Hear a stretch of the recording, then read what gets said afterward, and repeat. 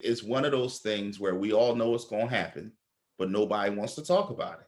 You Right. know, my pastor always say, it's a walk we all got to take. We just don't know when.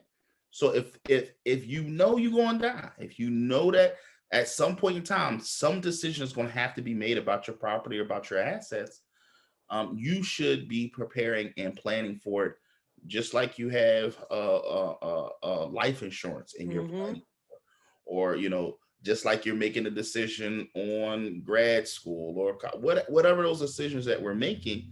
We have to think about that decision. I think Sharon, you said it. I mean, everybody got a family, and do y'all want your family to be arguing, at the casket about who gonna get the house, or Yep. who gonna get grandmom earrings, or who gonna get the bracelet and all that other kind of stuff?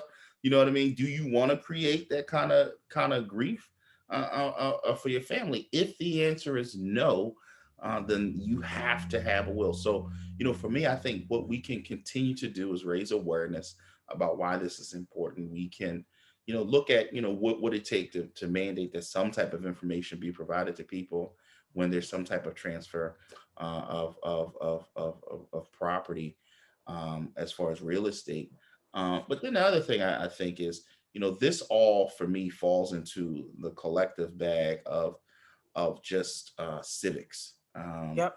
Our children who are in school need to not only know about who the president is or who the governor is, but they also need to know how to write a check. Because it's a lost art form, but there are still certain places to this day that ain't going to accept your Cash App or your Apple Pay. They want you to send them a Yep. check. Do Yep. you know how to write a check? Do you know how to fill out an envelope to put something in the mail? So this can be, in my view, this should be incorporated in that same type of civics around, just quite honestly, being a citizen and being able to protect yourself, your assets,